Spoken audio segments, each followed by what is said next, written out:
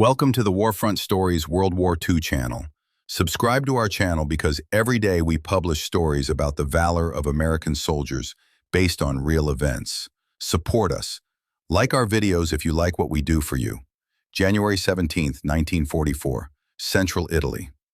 A bitter cold settles over the Liri Valley as darkness falls. The rugged mountain landscape is eerily silent, except for the occasional distant echo of artillery fire.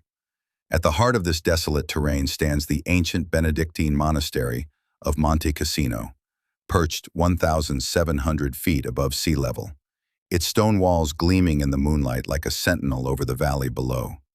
First built in 529 AD by Saint Benedict himself, the monastery has survived earthquakes, invasions, and centuries of conflict.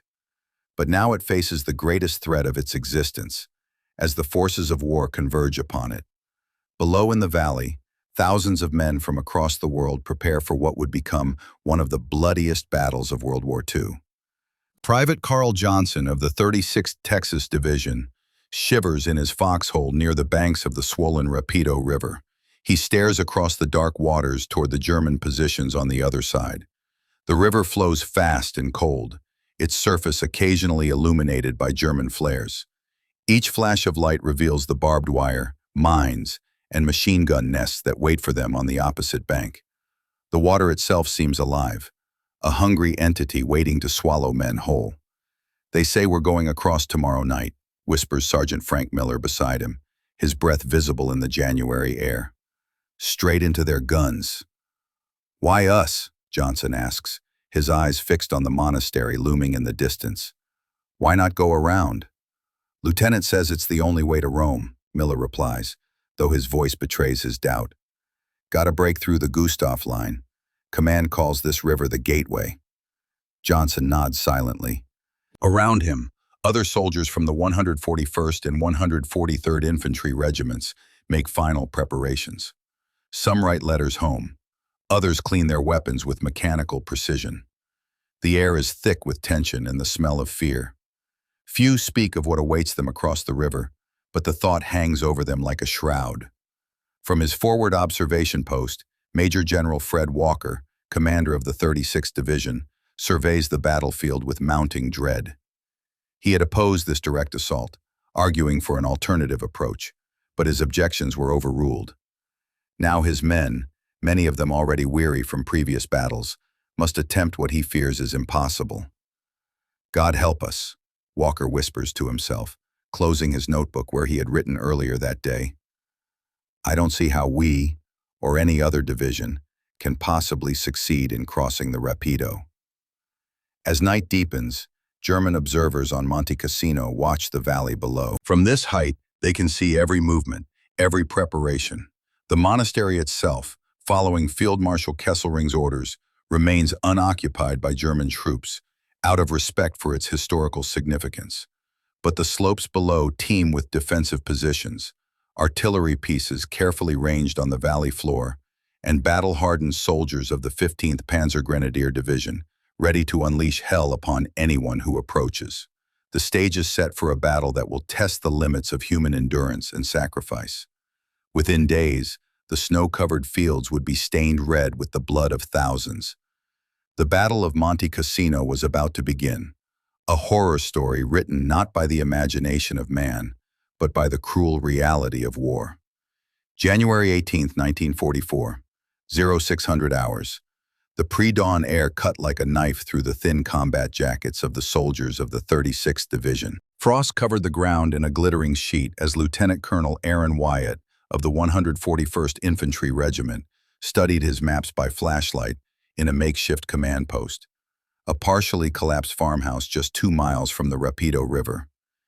Intelligence reports confirm heavy German fortifications on the far bank. Captain Reynolds, his operations officer, pointed to marked positions on the map. "The 15th Panzer Grenadier Division has been digging in for weeks. They've mined every approach, sir." Wyatt's face remained impassive, but his stomach churned. The plan laid out before him seemed suicidal. Cross the fast-flowing, icy Rapido River at night, establish a bridgehead, then push forward to link up with British 10th Corps advancing from the Garigliano River to the south. The objective was to break through the Gustav Line, the formidable German defensive position that blocked the Allied advance toward Rome. "Any word on reconnaissance of actual crossing sites?" Wyatt asked. Reynolds shook his head. "Limited, sir. German observation from the heights makes daytime recon nearly impossible, and the river's risen another 6 inches since yesterday's rain." Outside, Private James Carter cleaned his M1 rifle, his fingers numb from the cold. At 19, the farm boy from Texas had already seen combat at Salerno 4 months earlier, where the division had suffered heavy casualties. He looked up at the looming mass of Monte Cassino in the distance, its ancient monastery barely visible in the murky dawn. "That's where they're watching us from," said Sergeant Miller, following Carter's gaze. "From up there, they can see every damn move we make." "I thought the Germans weren't using the monastery," Carter replied. "Maybe not the building itself, but they're all over those slopes. And they've got observers with radios who can call in artillery on any ant that crawls in this valley." Lieutenant Thomas Andrews approached, his face grim. "Squad leaders, gather round," he ordered. "We move to forward positions tonight. Tomorrow night we cross." The men exchanged glances. No one spoke, but the same thought ran through their minds. Many of them wouldn't return from this mission. Throughout the day, engineers worked frantically to prepare for the crossing. Assault boats, flimsy wooden craft meant to carry 12 men each, were moved forward under camouflage nets. Bangalore torpedoes for clearing barbed wire were distributed. Demolition teams received their explosives for destroying German bunkers once across. At a field hospital 3 miles back from the front, Captain Michael Roberts, an Army surgeon, prepared for the casualties he knew would soon arrive. Extra blood plasma was stacked in wooden crates. Operating tables were scrubbed down, surgical instruments sterilized. "We're setting up additional tent wards," he told his head nurse, Lieutenant Sarah Mitchell. "Battalion aid stations are being positioned as close to the river as possible, but getting the wounded back across that water is going to be a nightmare." As evening approached, General Mark Clark, commander of the U.S. Fifth Army, arrived at the 36th Division's headquarters. There he met with Major General Fred Walker, the division commander who had expressed serious reservations about the assault. "The men are ready, General?" Clark asked, reviewing the attack plans. "As ready as they can be, sir," Walker replied carefully. "But I must again express my concern about the crossing site. The riverbanks are steep and muddy, the current is fast, and every yard is pre-registered by German artillery." Clark's expression hardened. "General Walker, this attack is critical to our overall strategy. We need to draw German reserves away from Anzio before our landing there. Your division has been assigned this mission, and I expect it to be carried out with determination." Walker nodded stiffly. In his private diary later that evening, he would write, "The impossible is expected of the 36th Division. I do not see how we can possibly succeed." As darkness fell, the men of the 141st and 143rd Infantry Regiments moved silently toward their jump-off positions along the river. Above them, the jagged outline of Monte Cassino was visible against the night sky, a towering mass that seemed to radiate malevolence. The soldiers could feel eyes watching them from those heights, tracking their every movement. Every man sensed they were walking into a trap from which many would not return. January 20th, 1944. 1900 hours. The artillery barrage began precisely on schedule. 31,000 shells screamed overhead toward the German positions across the Rapido River. The valley erupted in flame and thunder as the night sky lit up with the hellish glow of explosion. Private Carter huddled in his shallow foxhole, clutching his rifle as the earth shook around him. Shell fragments whined overhead like angry hornets. The bombardment was meant to suppress German defenses before the river crossing, but everyone knew it would only alert the enemy to the impending attack. 30 minutes, Lieutenant Andrews shouted over the din. "Check your equipment." Carter patted his pockets mechanically. Ammunition, grenades, first aid packet, rations. His hands trembled, not just from the cold but from the terrible knowledge of what awaited them. He tried not to think about the river, how swift its current, how icy its waters. Men had drowned during training exercises in far more forgiving conditions. At the designated assembly areas, engineers struggled to move the wooden assault boats forward. The narrow paths to the riverbank were muddy, strewn with debris, and occasionally raked by German machine gun fire that seemed unaffected by the Allied barrage. "Move it! Move it!" Sergeant Miller bellowed as 4 men from Carter's squad hoisted a boat onto their shoulders. They slipped and stumbled in the mud, the awkward craft threatening to topple with each step. What should have been a methodical approach turned into chaos. In the darkness, units became mixed. Some boats never made it to the launch points, abandoned in ditches when their carriers were hit by mortar fire or simply became exhausted. 1945 hours. The artillery barrage lifted. An eerie silence descended for a few precious seconds before German guns responded with precise, devastating fire. They had waited out the American bombardment in deep bunkers, and now their artillery zeroed in on the crossing sites with terrifying accuracy. "First wave, into the boats," Lieutenant Andrews ordered.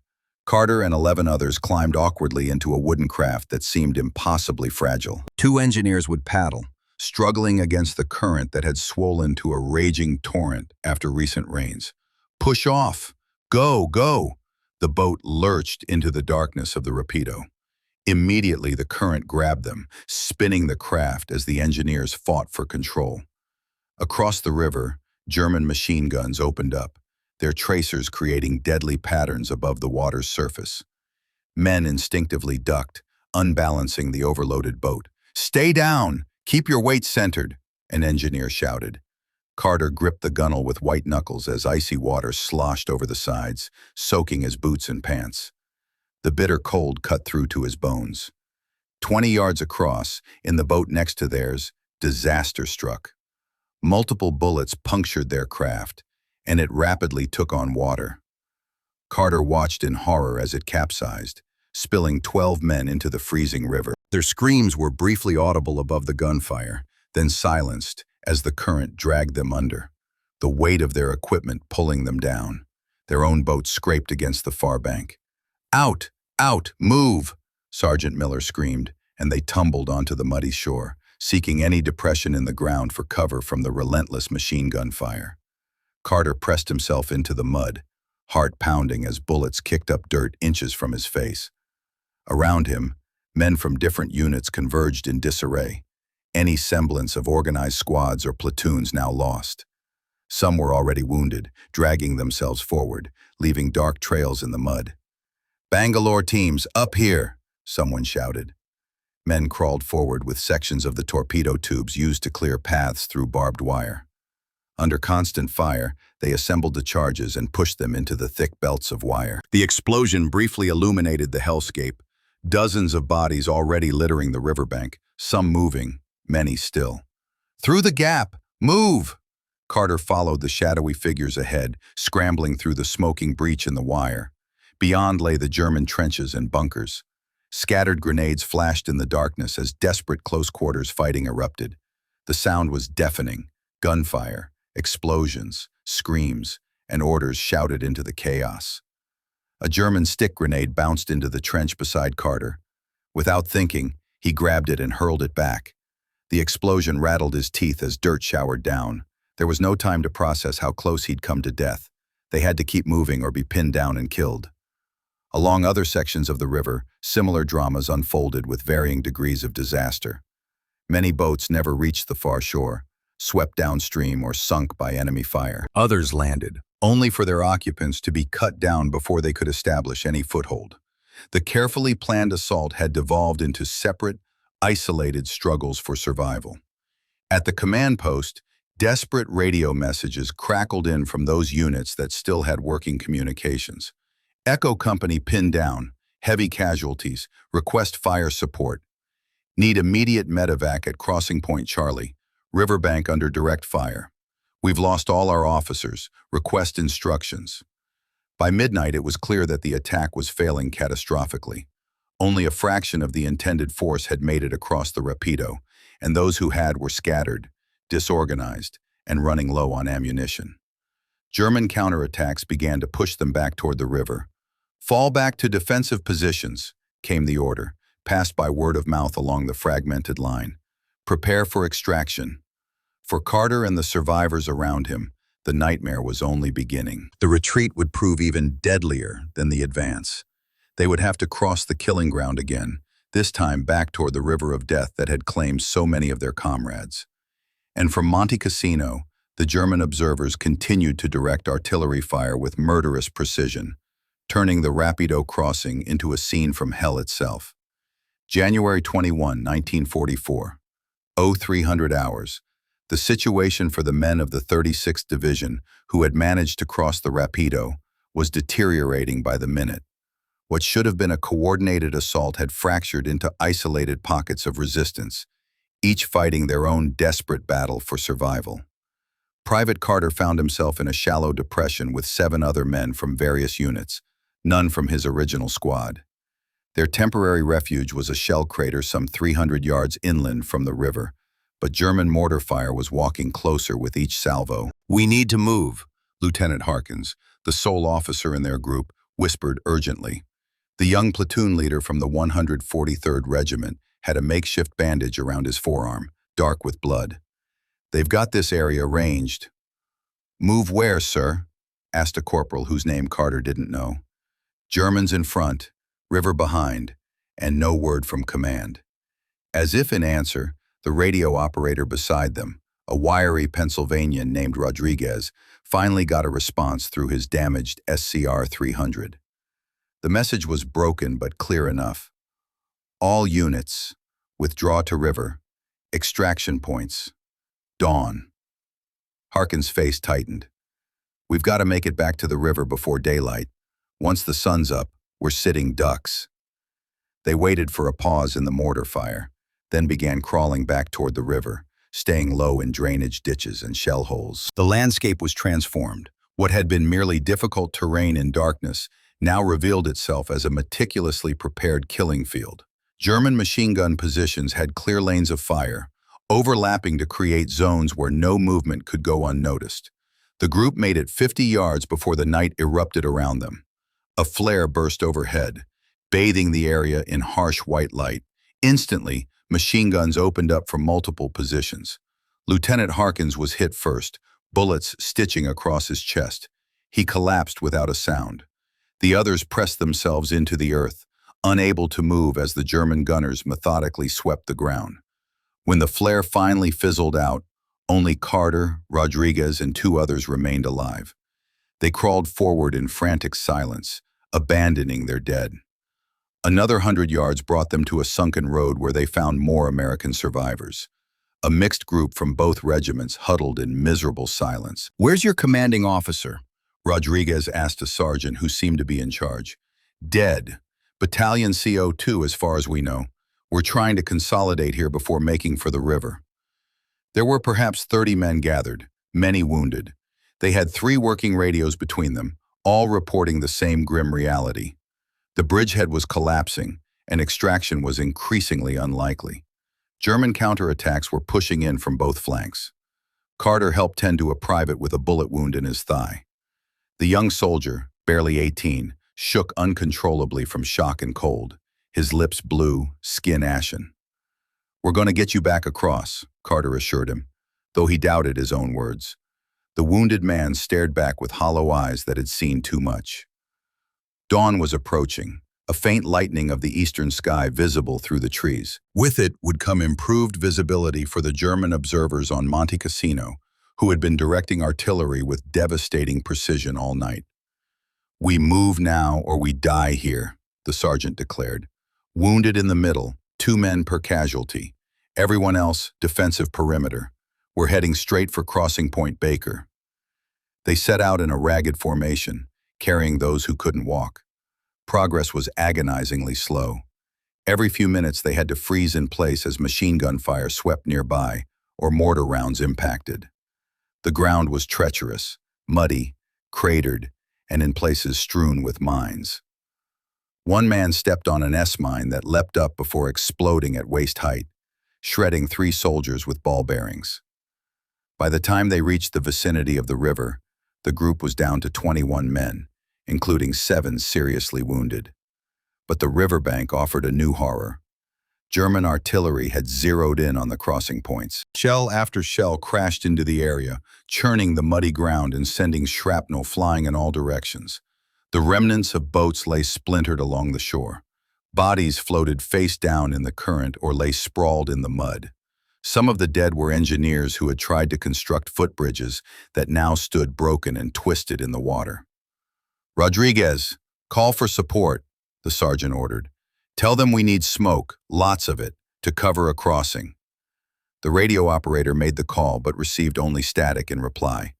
Their situation was replicated all along the river, isolated groups trying desperately to get back across the Rapido, many without working communications.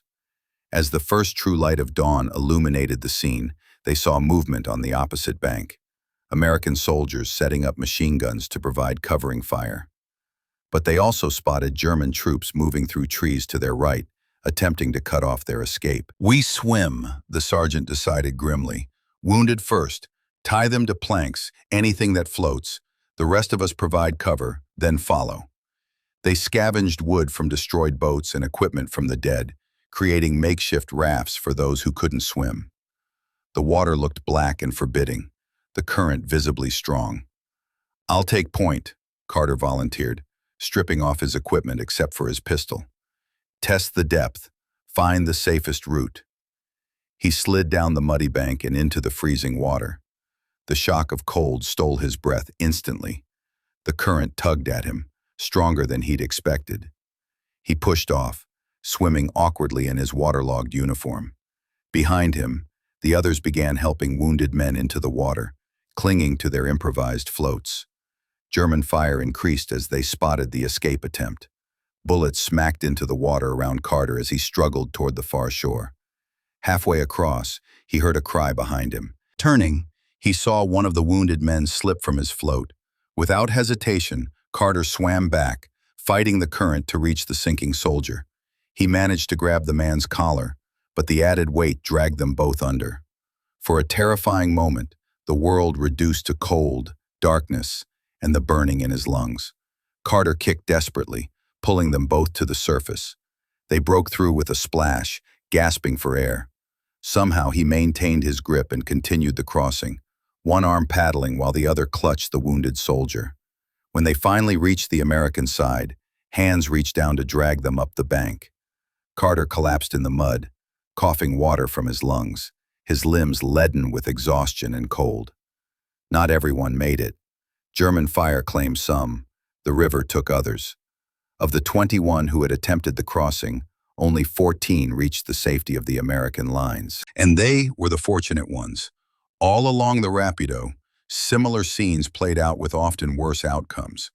By midday on January 21, the failed assault had cost the 36th Division hundreds of dead, wounded, and missing.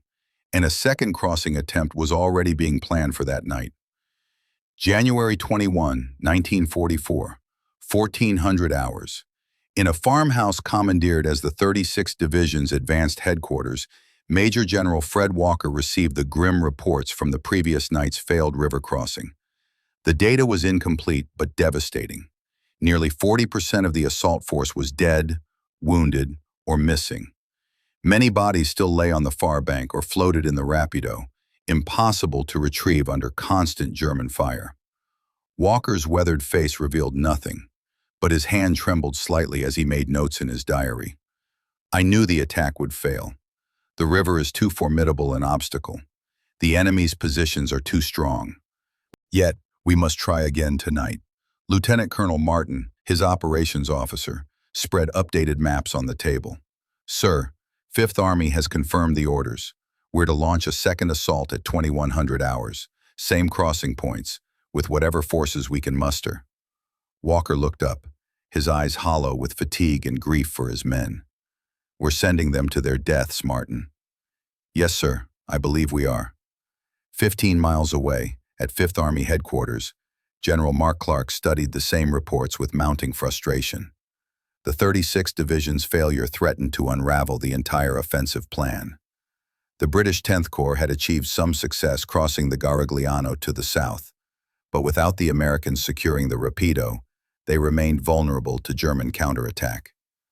They must cross tonight, Clark told his staff. No excuses. Provide whatever support they need. More artillery, airstrikes at dawn. But that river must be crossed. Back at the front, the remnants of the 141st and 143rd Regiments tried to reorganize. Companies that had suffered 70% casualties were consolidated. Replacements, fresh-faced young men who had arrived in Italy only days before, were hastily integrated into decimated squads. Equipment was salvaged, redistributed, and replenished from reserve stocks. Private Carter sat against a stone wall, a blanket around his shoulders, still shivering hours after his river crossing. A medic had diagnosed him with mild hypothermia, but cleared him to return to duty. They couldn't afford to lose any more effectives. A replacement lieutenant was addressing what remained of Carter's company, his uniform clean and crisp, his manner betraying his lack of combat experience. We go back across tonight. Engineers are bringing up more boats and prefabricated footbridge sections. The artillery support will be heavier. This time, we'll secure the bridgehead. The veterans stared at him with dead eyes. They knew what waited across the Rapido. At a forward aid station, Captain Roberts worked without rest, performing one emergency surgery after another. The wounded lay on stretchers in rows, some moaning in pain, others ominously silent. Blood-soaked bandages were everywhere, and the metallic smell of blood mixed with antiseptic permeated the air. "We're running low on plasma," Nurse Mitchell reported, her uniform stained with blood and mud, "and morphine. The supply trucks are delayed by German artillery shelling the roads." Roberts nodded grimly as he extracted a shell fragment from a soldier's abdomen. "Do what you can. Triage the most serious cases. We can't save them all." Outside the aid station, rows of bodies lay covered with blankets, waiting for burial detail. The dead were being collected and identified as circumstances allowed, their dog tags removed, personal effects gathered for return to families. It was grim, methodical work carried out with somber efficiency. As evening approached, the men prepared once more for the crossing. This time there was less nervous energy and more resigned fatalism. Veterans shared cigarettes in silence, while replacements checked and rechecked their equipment, trying to mask their fear. Carter found himself assigned as Assistant BAR, Browning Automatic Rifle, gunner to a replacement private named Ellis, a farm boy from Oklahoma who couldn't be more than 19. The young man's hands shook as he assembled the weapon. "First time in combat?" Carter asked, though the answer was obvious. Ellis nodded. "Shipped out 3 weeks ago. Never even fired one of these for real." "Stay close to me," Carter told him. "Do exactly what I say, when I say it. Don't be a hero." At 2,000 hours, they moved out toward the river. The artillery barrage began earlier this time, pounding German positions with even greater intensity than the previous night. In response, German guns fired counter-battery missions, targeting the American artillery positions. The entire valley erupted in a storm of explosions that shook the earth and filled the air with smoke and the smell of cordite. The men advanced through this maelstrom toward the crossing points. Engineers struggled forward with boats and bridge sections, fighting mud that seemed to grab at their feet with every step. The lessons of the previous night had led to some improvements. More covering fire, better coordination between units. But the fundamental problem remained. They were attempting to cross a swollen river against a well-entrenched enemy who held the high ground. At 2100 hours precisely, the first boats entered the water. The Germans were ready. Machine gun fire immediately raked the crossing points, while mortar shells rained down with devastating accuracy. The first wave suffered terribly, but some boats made it across. Engineers frantically tried to assemble footbridges, working under direct fire. Carter and Ellis found themselves in the second wave. They crouched at the riverbank, watching the chaos unfold before them. One footbridge was partially completed, spanning perhaps 2/3 of the river's width. Men were attempting to cross it when German artillery found its range. A direct hit obliterated the center section, sending bodies and debris flying. Those who weren't killed outright fell into the raging current. "Our turn," their squad leader announced with fatalistic calm. "We're taking boats. Move out." They scrambled down to where a wooden assault boat waited. Carter helped Ellis in with the BAR, then took his position. 10 other men crowded in around them, the craft sitting dangerously low in the water. "Push off! Stay low!" The boat entered the current, immediately caught in its grip. The engineers paddled frantically, trying to maintain a straight course as machine gun fire stitched the water around them. Carter heard the crack of bullets hitting wood, felt cold water seeping in around his boots. Halfway across, disaster struck. Multiple rounds punctured the boat's hull, and water rushed in. The craft began to sink, tilting precariously. "Abandon boat!" someone shouted. "Swim for it!" Carter grabbed Ellis's equipment harness. "Drop the BAR. You can't swim with it." The young replacement hesitated, unwilling to abandon his weapon, then complied as the boat lurched beneath them. All around, men were falling or jumping into the freezing river. The current instantly separated them. Carter fought to keep his head above water, the weight of his equipment dragging him down. He saw Ellis surface briefly, flailing, clearly unable to swim well. Then a machine gun burst kicked up water around the replacement, and he disappeared beneath the surface. Carter struggled toward where he had last seen Ellis, but the current carried him downstream. His lungs burned, his limbs numbed by the cold. He caught glimpses of other men in the water, some swimming, others floating face down.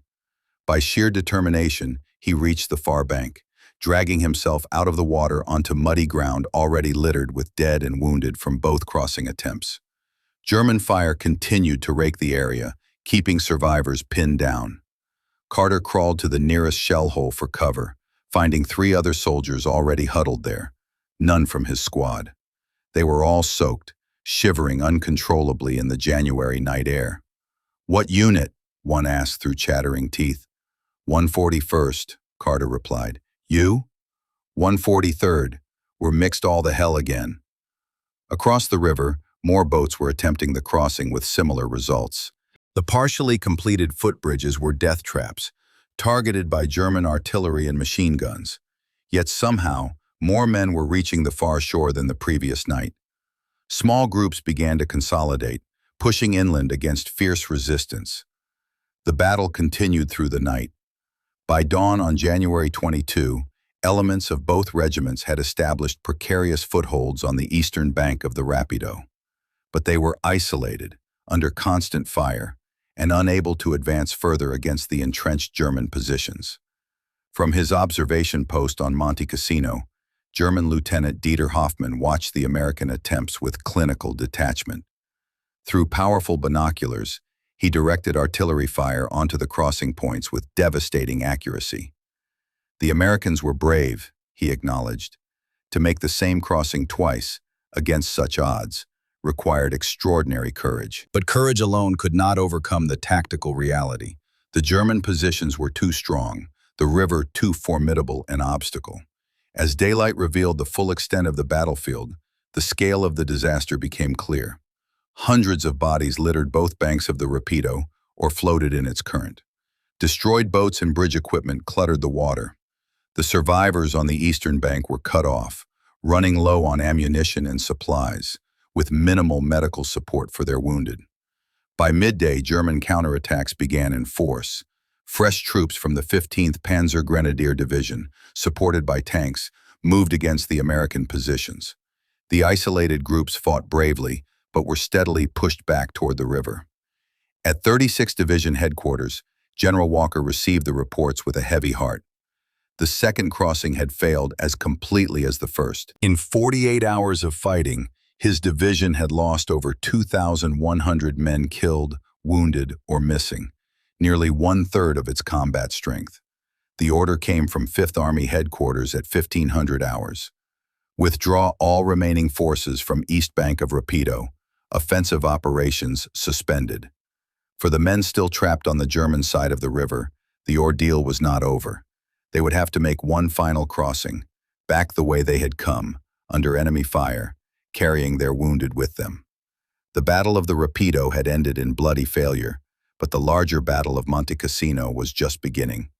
The 36th Division had been sacrificed in what many would later call a tactical blunder of the highest order, a needless waste of American lives. And from the monastery atop Monte Cassino, silent witnesses had observed it all. January 23, 1944, 0800 hours. The aftermath of the Rapido River disaster unfolded under a cold winter sun. Along both banks, burial details worked grim shifts, recovering the bodies of the fallen. Many would never be found, swept away by the river, or buried in the mud of no man's land. Others lay in areas still swept by German fire, impossible to reach. At the 36th Division's field hospital, the wounded continued to arrive, those who had survived the failed crossings and the perilous journey back. Ambulances and jeeps formed a constant procession, delivering men with injuries that told the story of the battle. Bullet wounds, shrapnel tears, crushing injuries from explosions, and the blue-tinged skin of those who had nearly drowned or suffered hypothermia in the frigid river. Captain Roberts hadn't slept in 48 hours. His surgical gown was stiff with dried blood as he moved from one operating table to the next, performing triage decisions that would haunt him for the rest of his life. Who might be saved with immediate surgery? Who was beyond help? Who could wait? Another convoy arriving, Nurse Mitchell reported, her voice flat with exhaustion. They're bringing in men from the 143rd who were trapped on the east bank until dawn. Roberts nodded mechanically. Prepare the receiving area and get Lieutenant Wilson to take over post-op care. I need to keep this table open. Among the newly arrived wounded was Private Carter, supporting a sergeant with a shattered leg. Carter himself had a bloody bandage around his head, a grazing bullet wound received during their withdrawal from the eastern bank. His uniform was caked with mud and blood, his eyes haunted by what he had witnessed. Set him down here, an orderly directed, pointing to an empty stretcher. Medical officer will see him soon. Carter carefully lowered the sergeant, who grimaced in pain despite the morphine he'd been given at a forward aid station. Hang in there, Sarge. You're going to be okay. The sergeant grabbed his arm. Ellis, the replacement with the BAR? Did he make it back? Carter shook his head slowly. Never saw him after we went into the water. He couldn't swim well. The sergeant closed his eyes, adding another name to his mental list of the lost. As medical personnel took over, Carter stumbled outside. The hospital was set up in what had once been a small village school. Its playground now served as a waiting area for the walking wounded and a temporary morgue. Rows of bodies lay covered with blankets or ponchos, awaiting identification and burial. Chaplains moved among the dead and dying, offering final comforts where they could. Carter sat heavily on a low stone wall, staring at nothing. A chaplain approached, offering a cigarette. Thanks, Father, Carter said, his voice hoarse. Rough crossing? The chaplain asked quietly. Carter gave a hollow laugh. Which one? The first or the second? Or the retreat? They were all rough. Want to talk about it, son? Carter drew in the cigarette, watching the smoke drift away. Nothing to say that isn't being said by every survivor. It was a slaughter. We never had a chance. The chaplain nodded, knowing better than to offer platitudes to a man who had seen what Carter had seen. Get some rest when you can. You'll be needed again soon. For what? Another crossing? No. Word is we're shifting focus. The 34th Division is moving up to take over the line. They'll try further north, near Casino Town itself. Carter looked up at the looming mass of Monte Cassino, the monastery visible as a pale structure against the sky. What's so important about that mountain that's worth so many lives? The chaplain followed his gaze. It controls the entrance to the Liri Valley, the road to Rome. And that monastery up there, it's been watching over this land since before America existed. Meanwhile, at 5th Army headquarters, General Clark was meeting with his corps commanders to reassess the situation. The 36th Division's failure at the Rapido had thrown the entire offensive plan into disarray. We've lost the element of surprise for the Anzio landing, Clark stated grimly. The Germans now know we're pushing hard for a breakthrough here, which means they'll be alert for other moves. Major General Jeffrey Keyes, commander of 2nd Corps, spread out the latest intelligence maps. The 15th Panzer Grenadier Division suffered casualties too, but they're still combat effective, and they have reinforcements moving in. Elements of the 71st Infantry Division have been identified. Clark studied the maps, his face betraying none of the pressure he felt. 2 divisions of the U.S. 6th Corps were already at sea, heading for Anzio. They would land the next day, January 24th, behind German lines in a daring attempt to outflank the Gustav Line. The Rapido crossing was meant to have drawn German reserves south, away from Anzio. Instead, it had merely alerted them to Allied intentions, while failing to secure its objectives. We need a new approach, Clark decided. The 34th Division will take over the attack, but further north near Cassino town.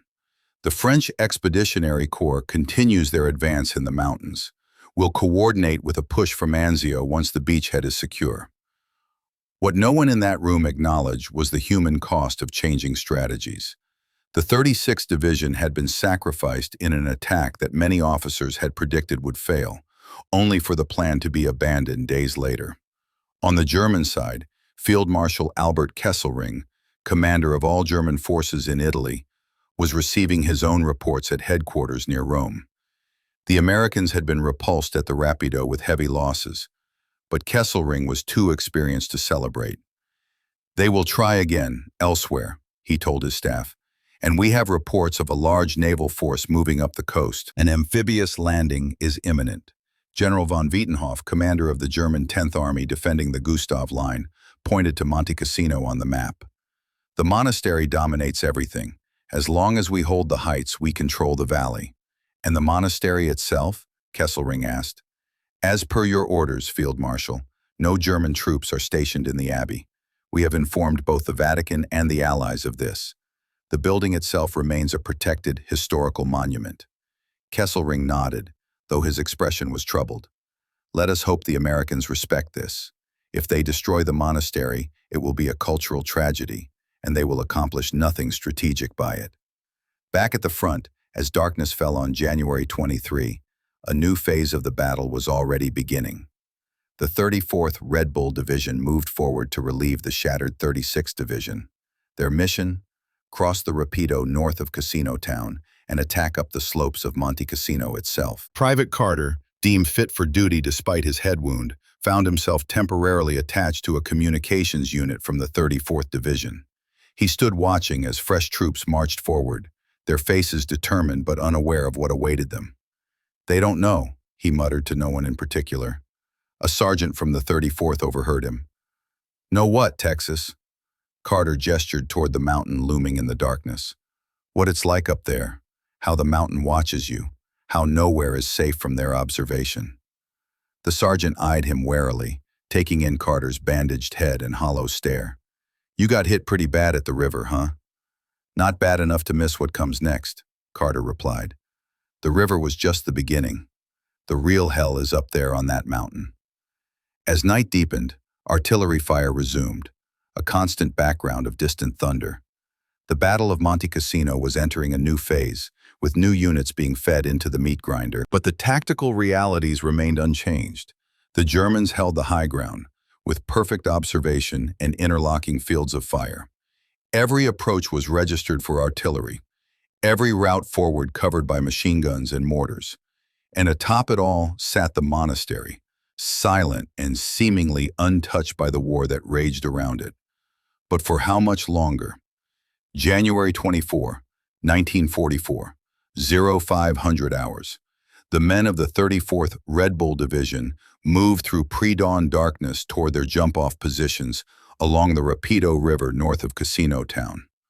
Unlike the disastrous 36th Division crossing further south, this attack would focus on a section where the river was narrower and fordable in places, though no less dangerous. Major General Charles Ryder, the 34th Division commander, had studied the failures of the previous attempts and adjusted his plan accordingly. Instead of a frontal assault across the river toward the strongest German positions, his men would cross and then immediately turn north into the mountains, attempting to outflank the German defenses around Cassino. Among the assault troops was Staff Sergeant Michael Donovan of the 133rd Infantry Regiment. A veteran of North Africa and Sicily, Donovan had seen plenty of combat, but nothing like the terrain that faced them here. Steep mountains, narrow ravines, and rocky slopes that favored the defenders. "Remember, once across we move fast," he told his squad as they checked weapons and equipment. "No stopping in the open. The Krauts have every inch of ground zeroed for artillery." Private Carter, temporarily attached to Donovan's squad as a radio operator replacement, nodded grimly. He had seen firsthand what happened to men caught in the open under German observation.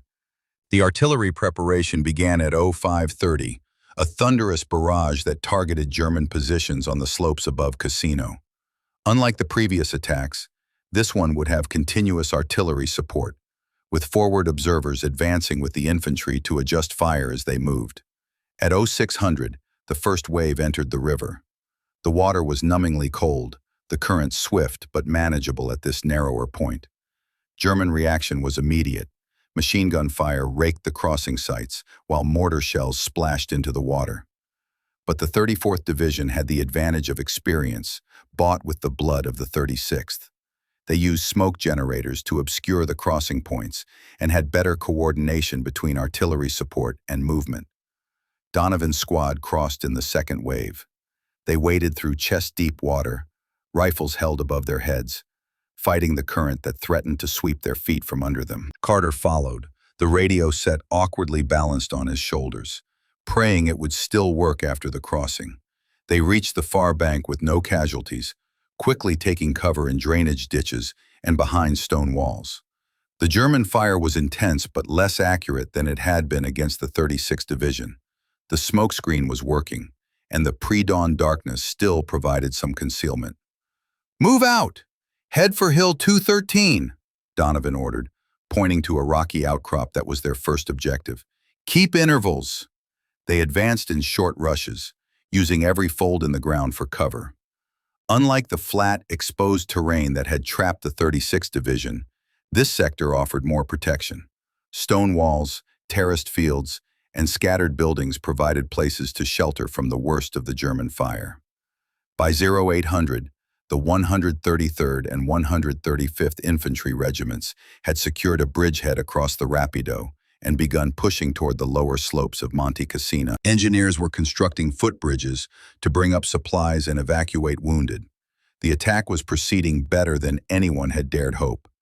But as daylight strengthened and the morning fog burned away, German resistance stiffened.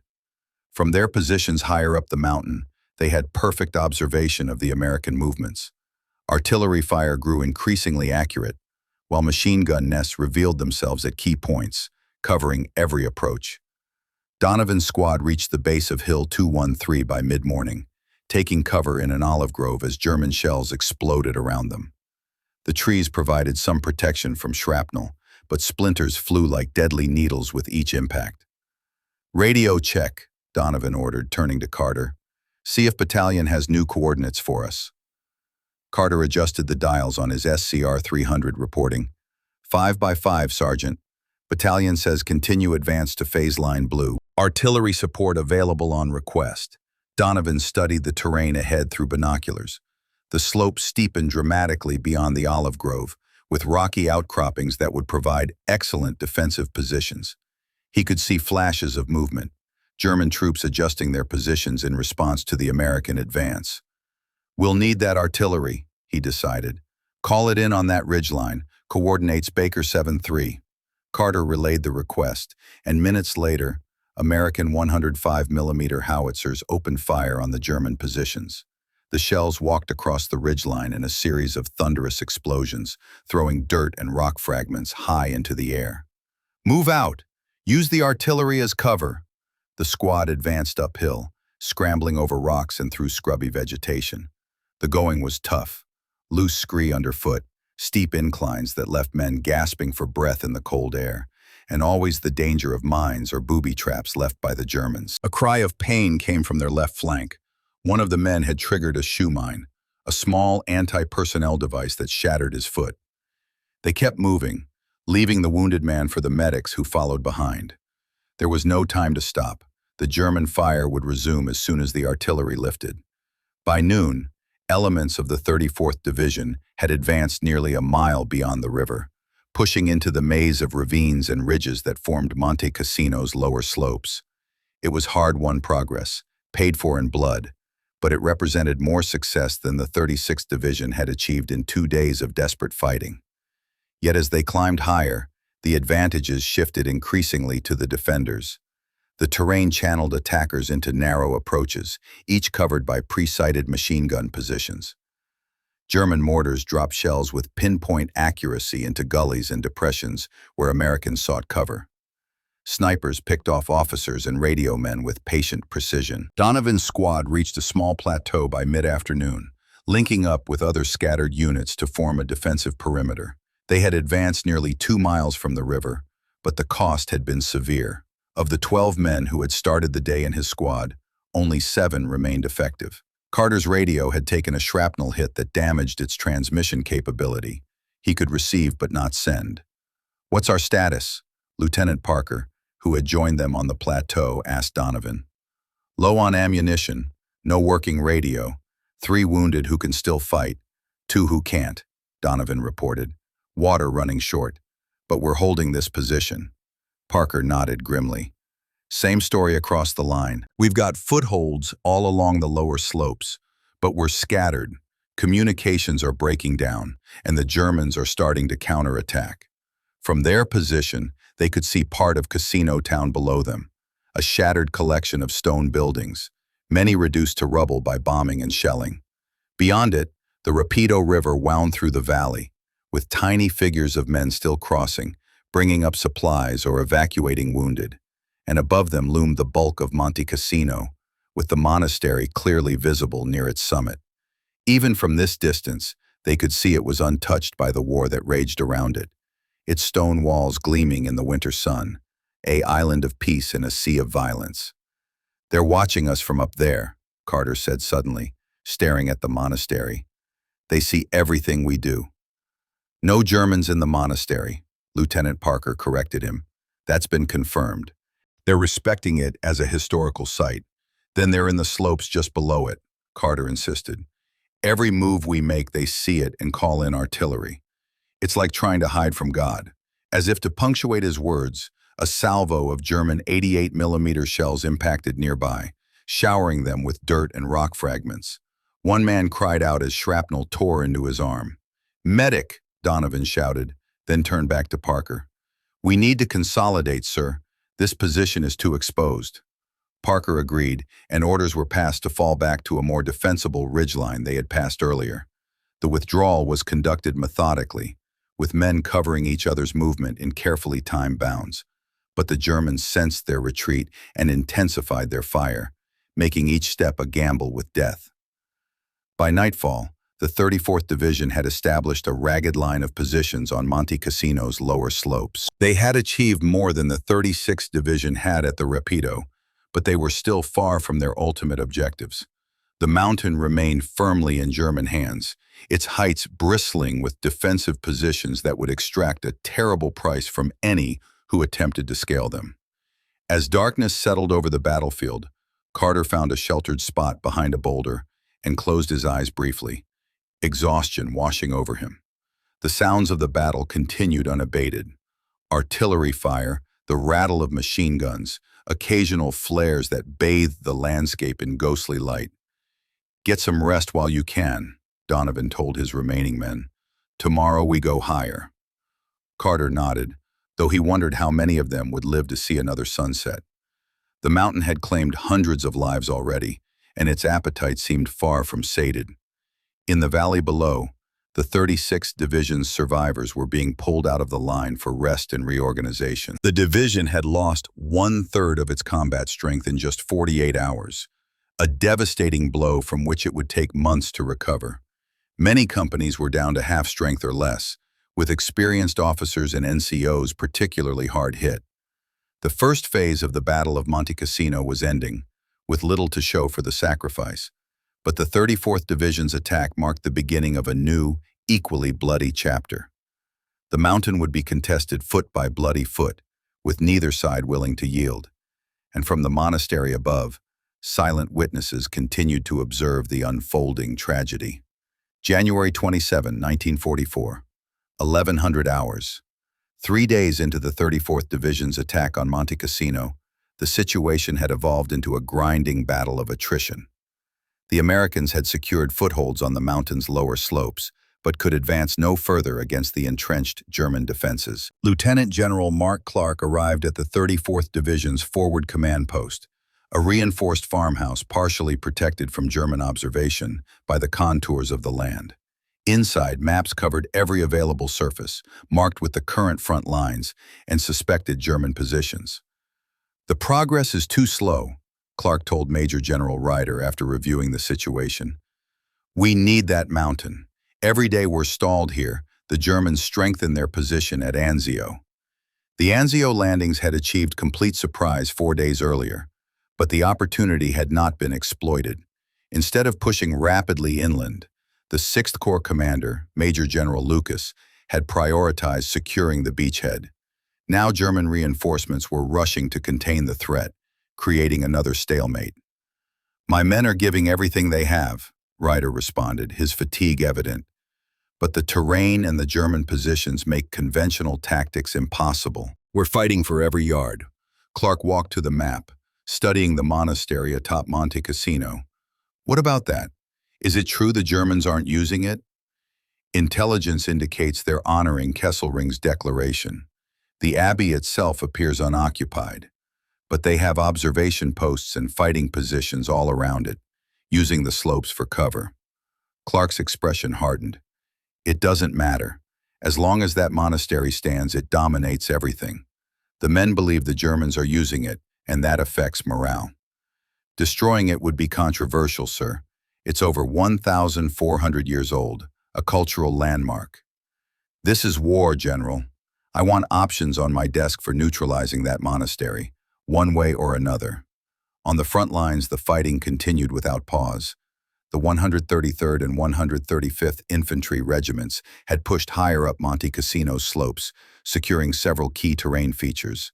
But each advance brought diminishing returns at increasing cost. The Germans, mainly paratroopers of the 1st Fallschirmjäger Division, elite troops with extensive combat experience, contested every inch. Sergeant Donovan's depleted squad had joined with remnants of other units to form a composite platoon holding a rocky outcrop designated Hill 445. The position provided some shelter from German fire, but was isolated, with limited routes for resupply or evacuation of wounded. "Water situation?" Donovan asked his acting platoon sergeant. "2 canteens per man, Sarge. Resupply scheduled for tonight, if the mule train can get through." Donovan nodded grimly. The steep terrain made vehicle movement impossible. Supplies had to be carried up by men or pack animals, following treacherous paths under constant German fire. Private Carter sat with his back against a boulder, cleaning his rifle with mechanical precision. The stock was scratched and battered, the barrel fouled from constant use. Like the weapon, Carter himself showed the wear of continuous combat. His uniform was torn and filthy, his face gaunt beneath a week's growth of beard, his eyes hollow with exhaustion. "Still with us, Texas?" Donovan asked, crouching beside him. Carter nodded. "Still here. Not sure how much longer any of us will be. One day at a time. Replacements are coming up tonight with the supply train." "They won't last," Carter said flatly. "Not up here." Donovan couldn't argue. Replacements, young, inexperienced soldiers fresh from training, had an especially high casualty rate in this environment. The veterans had learned through bitter experience where to take cover, how to move, when to freeze in place as German artillery adjusted fire. New men lacked these survival instincts. Through a gap in the rocks, they could see the monastery above them, perhaps a mile distant as the crow flies, but separated by a maze of ravines, ridges, and German-held strongpoints. Its stone walls gleamed in the winter sun, pristine and untouched amid the devastation all around. "They're watching us right now," Carter muttered, staring at the distant structure. "I can feel it." Donovan followed his gaze. He wasn't superstitious, but even he had to admit there was something unnerving about the monastery's presence. Always there, always watching, while men died by the hundreds on the slopes below. A runner arrived, breathless from the climb. "Lieutenant says be ready to move at 1500. The whole line is advancing again."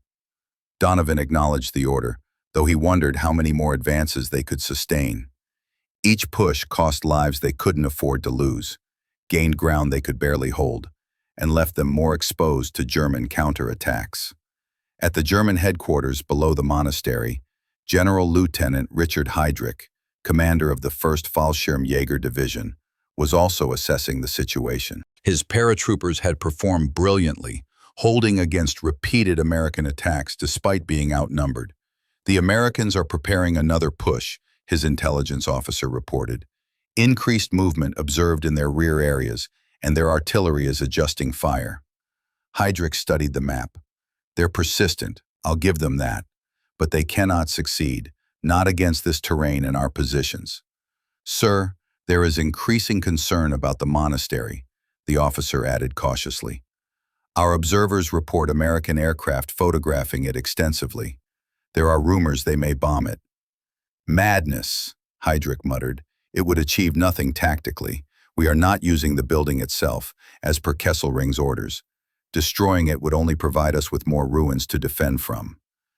Nevertheless, he issued contingency orders in case the Americans did target the historic structure. His men would be ready to occupy the ruins immediately if the monastery was destroyed.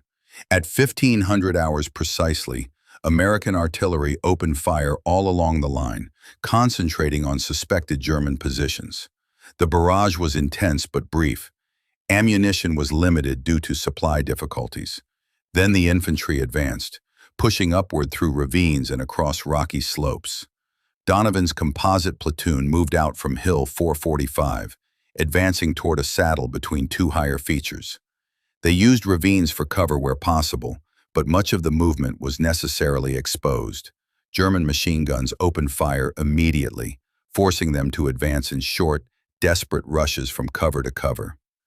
"Keep moving," Donovan shouted as bullets kicked up dust around him. "Don't bunch up." Carter stayed close behind him, rifle at the ready. They had advanced perhaps 200 yards when the German mortars found their range. Explosions erupted among the scattered American troops, throwing clouds of rock fragments and dirt into the air. A mortar round landed close to Donovan, the concussion throwing him against a boulder. Carter reached him seconds later, dragging him into the shelter of a small depression. Blood streamed from a wound on the sergeant's forehead, but he was conscious. "I'm okay," Donovan insisted, though his eyes couldn't focus properly. "Keep the men moving." Carter nodded, taking temporary command. "First squad, push left. Second squad, covering fire." The advance continued, but it was clear they were moving into a killing zone.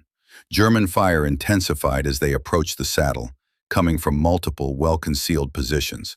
Men fell one by one, the wounded crying out for medics who couldn't reach them without becoming casualties themselves.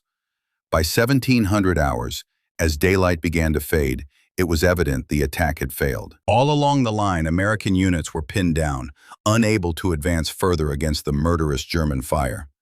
Orders came to consolidate and hold current positions. Carter found himself in command of 17 men, all that remained of the composite platoon that had started with 35.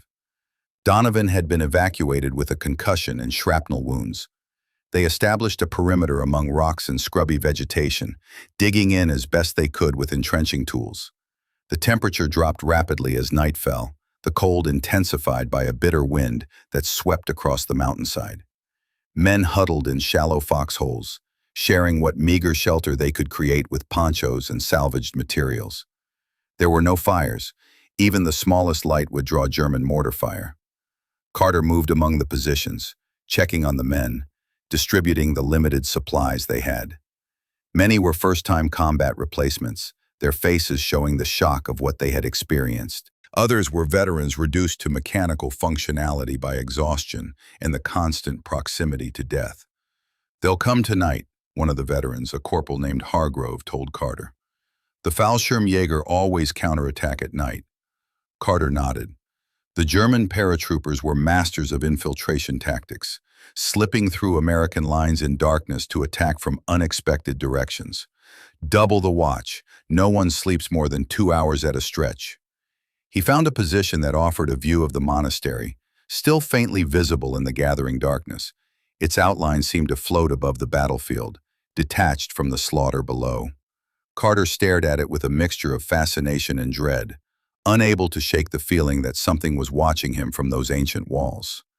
The anticipated German counterattack came just after midnight, not a frontal assault, but a series of probing actions designed to find weak points in the American line. Small groups of paratroopers, moving with expert stealth, approached from multiple directions. The first warning was often a grenade explosion, or the sudden chatter of an MP-40 submachine gun at close range.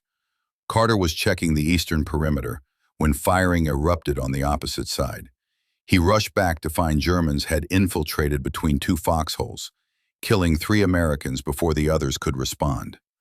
A chaotic, close-quarters firefight developed, with muzzle flashes providing brief glimpses of combatants, often separated by only a few yards.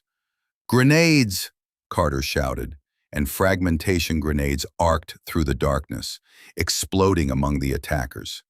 The Germans fell back, dragging their wounded with them, but they had inflicted significant damage to the already depleted American unit. Similar skirmishes occurred across the mountain that night, as the Germans systematically tested the American defenses. By dawn, the 34th Division had lost another 100 men killed, wounded, or missing, losses they could ill afford. Morning revealed a battlefield shrouded in mist, limiting visibility to a few hundred yards. For a few hours, both sides had a respite from direct observation, though artillery and mortar fire continued on pre-registered targets. A supply party reached Carter's position shortly after dawn, bringing ammunition, water, rations, and 4 replacements. Young men who looked barely old enough to shave, their uniforms still relatively clean and unworn. "This is it?" Carter asked the sergeant leading the supply party, gesturing at the replacements. "All they could spare," the sergeant replied with a shrug. "Most of the new arrivals are going to the companies that got hit hardest last night." Carter assigned the replacements to positions alongside veterans, hoping they would survive long enough to learn the basics of mountain warfare. Their wide eyes and nervous movements marked them as easy targets once the fighting resumed in earnest. By midday, the mist had cleared, and German observation posts once again had clear views of American positions. Artillery fire increased in accuracy and intensity, forcing the Americans to remain in cover, unable to move without drawing immediate fire. From his command post, General Ryder received increasingly desperate reports from his forward units.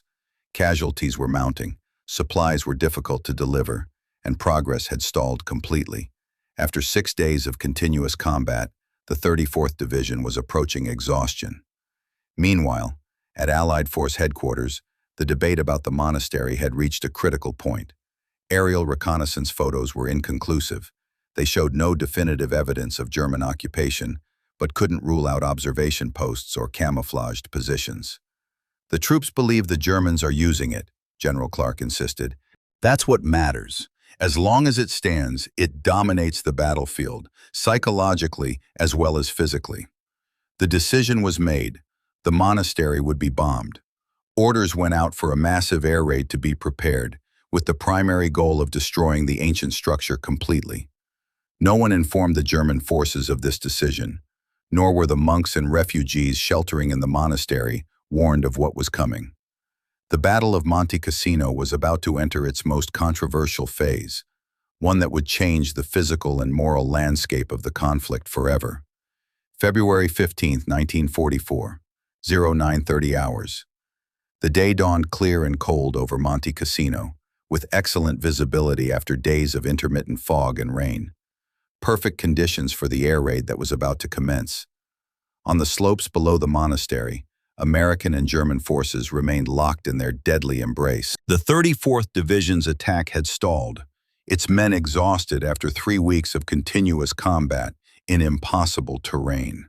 They had reached positions within a mile of the monastery, but could advance no further against the entrenched German paratroopers. Private Carter, now acting as a squad leader due to casualties among NCOs, crouched in a stone-reinforced foxhole with 3 other men. They had held this position for 4 days, unable to advance, unwilling to retreat, taking fire from German positions above them. "Something's different today," Corporal Hargrove said, scanning the sky. No artillery for the past hour. Carter nodded. The usual morning exchanges of artillery fire had not materialized. Instead, an eerie quiet had settled over the mountain, broken only by occasional small arms fire. At 09:45, they heard it, the distant drone of aircraft engines approaching from the south. Looking up, they saw waves of bombers appearing over the horizon, flying in tight formation. "Jesus Christ," Hargrove whispered. "That's a lot of bombers. What are they after?" Carter knew immediately. The monastery. They're going to bomb the monastery. Word had filtered down through the ranks over the past 48 hours. The Allied command had decided that the historic Benedictine Abbey was to be destroyed. Leaflets had been dropped the previous day, warning civilians to evacuate, though many hadn't understood the message or couldn't leave due to the fighting. The first wave consisted of 142 B-17 flying fortresses of the U.S. Army Air Force. They approached at high altitude, beyond the range of German anti-aircraft guns. As they passed overhead, bomb bay doors opened, releasing their payloads. Carter and his men watched in awe and horror as hundreds of high-explosive bombs rained down on the ancient structure. The mountain seemed to shake with the impacts, clouds of dust and debris billowing outward from each explosion. The monastery, which had stood for 14 centuries, began to crumble under the onslaught. "Look what we're doing," one of the replacements said, his voice barely audible over the continuing explosions. "That's history we're destroying." No one replied. They all felt it, a sense of witnessing something momentous and terrible. The monastery had been a silent presence throughout the battle, watching over the slaughter below. Now it was being erased from the landscape in a matter of minutes. The bombing continued in waves. After the B-17s came 47 B-25 Mitchell medium bombers, followed by 40 B-26 Marauders. They dropped a combined 1,150 tons of high-explosive and incendiary bombs on the target. The abbey, built of stone and wood, burned fiercely as incendiaries ignited anything flammable. From their command post, General Ryder and his staff watched the destruction. "God help anyone still inside," his operations officer murmured. Ryder's expression was grim. He had not opposed the bombing. Tactically, it seemed necessary, but the sight of such wholesale destruction of a cultural landmark was sobering. "Get the men ready," he ordered. "As soon as the bombing stops, we advance. The Germans will be stunned, disorganized." On the German side, General-Lieutenant Heydrich also watched the monastery's destruction with a mixture of anger and calculation. "Barbarians," he said as massive sections of the ancient walls collapsed in clouds of dust. "They destroy what they cannot understand or conquer." His adjutant approached with urgent news. "Sir, reports from our forward positions. Civilians were still in the monastery, monks and refugees. Many are feared dead." Heydrich's expression hardened. "Issue new orders immediately. As soon as the bombing ends, we occupy the ruins. They've given us a fortress of rubble that will be harder to take than the original structure." By 12:30 hours, the air raid was complete. Where the majestic monastery had stood for nearly 1,500 years, there was now only a shattered hill of rubble and smoke. Parts of walls still stood like broken teeth against the sky, but the overall structure was devastated beyond recognition. American artillery opened up immediately after the last bomber departed, targeting suspected German positions around the monastery ruins. Then the infantry began to advance, with the 34th Division pushing upward from the south and elements of the newly arrived 4th Indian Division attacking from the southeast. Carter's squad moved out with the others, climbing over rock-strewn slopes toward the smoking ruins above. They expected reduced German resistance after the massive bombardment, but the reality proved very different. "Contact front!" someone shouted as machine gun fire erupted from concealed positions. The Germans had weathered the bombing in deep bunkers and caves, emerging to occupy the ruined monastery and the surrounding terrain with remarkable speed. Far from making the German position weaker, the bombing had created an ideal defensive position. The jumbled piles of stone provided perfect cover for defenders, with natural firing ports and concealed approaches. Every attempt to advance met with precise, devastating fire. By nightfall, it was clear the attack had failed. The Americans and Indians had suffered heavy casualties without gaining significant ground. The monastery, or what remained of it, was still in German hands, now reinforced by paratroopers who occupied the ruins without the previous cultural restrictions. "We made it worse," Hargrove said as they huddled in their foxholes after falling back to their starting positions. "Now they're using the ruins, and they're better protected than before." Carter didn't respond. He was struggling with what they had witnessed, the destruction of something ancient and irreplaceable, seemingly for no tactical gain. The mountain had claimed more victims, but this time they included centuries of history and culture. Over the next days, the battle intensified. The Germans, now openly occupying the monastery ruins, strengthened their positions using the shattered stones and beams. The rubble provided perfect defensive terrain, unstable for attackers, with countless hiding places for machine gun nests and snipers. The 34th Division, exhausted after a month of continuous combat, was finally relieved by New Zealand and Indian troops. They had suffered over 3,000 casualties, killed, wounded, and missing, without achieving their objectives. Monte Cassino remained firmly in German hands, its monastery transformed from a historic landmark to a symbol of the war's destructive futility. Carter, among the few survivors from his original unit, found himself being rotated back for rest and reorganization. As their truck wound down the mountain roads away from the front, he looked back one last time at the shattered silhouette of Monte Cassino. "I'll never forget this place," he told the silent men around him. Never. None of them would. The mountain had marked them all, claimed parts of them that could never be recovered. And the worst was that they had failed.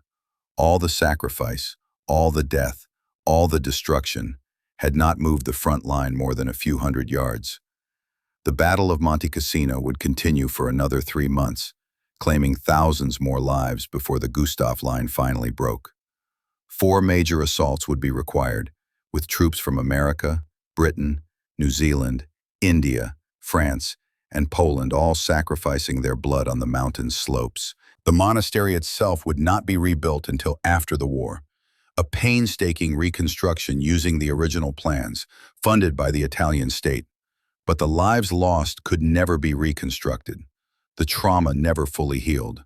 For the men who fought there, Monte Cassino would remain a name spoken with reverence and dread, a place where humanity had encountered its own capacity for both heroism and senseless destruction, where history itself had become a casualty of war.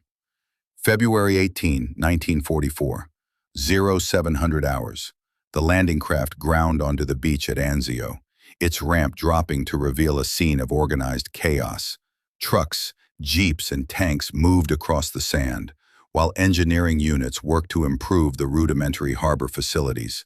Supply ships stood offshore, disgorging an endless stream of men and materials.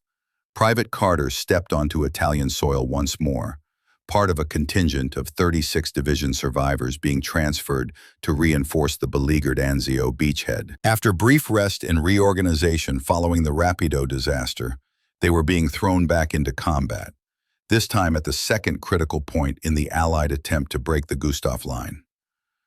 "Welcome to the largest self-sustaining POW camp in Europe," a military policeman directing traffic told them with grim humor. "Enjoy your stay." The Anzio landing, launched on January 22nd, had achieved complete surprise. But instead of pushing rapidly inland to cut German supply lines or threaten Rome, the 6th Corps commander, Major General John Lucas, had prioritized establishing a secure beachhead. The delay had allowed the Germans to recover from their surprise and rush reinforcements to contain the threat. Now, nearly a month later, the Anzio beachhead was exactly what the MP had described, a confined coastal strip, 7 miles deep and 15 miles wide, under constant German observation and artillery fire. The Allied forces were effectively trapped, unable to break out, yet requiring constant reinforcement to prevent being pushed back into the sea. Carter and the other replacements were assigned to the 3rd Infantry Division, which had been fighting continuously since the initial landing. They moved inland from the beach in covered trucks, following roads lined with sandbagged positions and air raid shelters dug into the soft earth. "Keep your heads down," their transportation sergeant advised as they entered the range of German artillery. "The Krauts can see every move we make from the Alban Hills. They've got this whole area registered for their guns." The Alban Hills, rising prominently about 20 miles inland, provided the Germans with perfect observation of the beachhead. Every road, every building, every concentration of troops was visible and vulnerable to artillery fire that could be called down at a moment's notice. Their truck stopped at a staging area just behind the front lines, a collection of tents and dugouts surrounded by earthen berms. Captain Lawrence Miller, a company commander with the 3rd Division's 15th Infantry Regiment, greeted the new arrivals. "Your 36th Division men?" he asked, noting their unit patches. "Yes, sir," replied Sergeant Wilson, who led the replacement group. "Survivors from the Rapido." Miller's expression softened slightly. "Then you know what hell looks like. That'll help, because this place isn't much better. You'll be distributed among my platoons to replace casualties." As they moved toward the company area, a sudden whistle from above sent everyone diving for cover. German artillery shells impacted nearby, showering them with dirt and fragments. The barrage continued for several minutes, then stopped as abruptly as it had begun. "Registration fire," Miller explained as they resumed walking. "They do that regularly. Adjust their aim on specific points. Next time, they'll hit exactly where they want." Carter found himself assigned to 2nd Platoon, a unit down to half its normal strength after weeks of continuous combat. Their position was a network of interconnected trenches and foxholes along a slight ridge, looking out over a flat, open plain toward the German lines. "Don't stand up during daylight," Lieutenant Jenkins, the platoon leader, instructed him. "The Germans have snipers with scopes who put one through your head before you can blink." "Understood, sir," Carter replied, studying the landscape. After Monte Cassino's vertical nightmare of cliffs and ravines, the flat terrain of Anzio seemed almost benign, but he quickly realized it offered its own deadly challenges. There was virtually no natural cover, making movement in daylight suicidal. The platoon's sergeant, a battle-hardened veteran named Morelli, showed Carter to his position, a sandbagged foxhole he would share with a BAR gunner named Peterson. The hole was deep, reinforced with wood and corrugated metal, with a small dugout extension covered by a poncho that provided minimal shelter from the elements. "Home sweet home," Morelli said without humor. 4 hours on watch, 4 off. No smoking during daylight. They'll see the flame. No unnecessary movement. The latrine is 3 holes back. Use it only when absolutely necessary during daylight. Carter nodded, settling into the unfamiliar position. Peterson, a lanky Minnesotan with hollow eyes that had seen too much, acknowledged him with a silent nod before returning his gaze to the German lines through a carefully concealed observation slit. "How long have you been here?" Carter asked. "Since the landing," Peterson replied, not looking away from his watch position. 27 days. Lost track of how many attacks we've fought off." The conversation died there. Both men understood that in combat, you didn't get too friendly with replacements who might not survive their first day. It was a defensive mechanism that veterans developed, an emotional distance that protected against the constant loss. As night fell, the German artillery increased in intensity. The entire beachhead seemed to shake with impacts as shells of various calibers rained down from guns the Allies called Anzio Annie and the Anzio Express, massive railway guns that could throw shells from far beyond the range of Allied counter-battery fire. In the darkness, patrols went out from both sides, probing for weaknesses, gathering intelligence, or simply trying to snatch prisoners for interrogation. Carter found himself assigned to a 3-man listening post 50 yards in front of the main line, straining to detect any sound of German movement in the darkness. The night passed with intermittent artillery fire, but no direct contact. At dawn, Carter returned to his foxhole, exhausted but unharmed. Peterson was cleaning his BAR with practiced efficiency. "Anything?" Peterson asked. "All quiet," Heard some movement about 300 yards out, but they didn't approach. Peterson nodded. They're building up for something. Intelligence says they've brought in the 715th Infantry Division to reinforce the 4th Parachute. Something's coming. The day passed in the tense monotony that characterized beachhead life. Periods of anxious waiting, punctuated by sudden violent artillery barrages. Men stayed in their holes, emerging only when absolutely necessary. Meals were cold rations eaten in shelter. Bodily functions were attended to hastily during lulls in the shelling. At the 3rd Division command post, a captured German map had caused considerable concern. It showed detailed plans for Operation Fischfang, fishing expedition, a major counteroffensive aimed at eliminating the Anzio beachhead altogether, pushing the Allies back into the sea. They're coming at us with everything they've got, Major General Lucien Truscott, who had recently taken command of 6th Corps from the relieved General Lucas, told his division commanders. Multiple divisions, including armor. The attack is imminent. The 3rd Division, along with the 45th Infantry and 1st Armored Divisions, prepared defensive positions, zeroing artillery on likely approach routes and deploying anti-tank guns at critical points. There was nowhere to retreat. Behind them lay only the sea. They would hold or die where they stood. February 19, 1944, 0530 hours. The German offensive began with the heaviest artillery barrage yet experienced at Anzio. Thousands of shells from hundreds of guns pounded the Allied positions, focusing particularly on command posts, artillery positions, and key defensive strongpoints. Carter and Peterson huddled in their foxhole as the earth shook around them.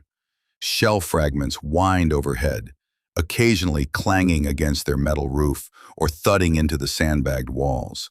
The noise was overwhelming, a continuous roar that made communication impossible, except by shouting directly into each other's ears. "Here they come!"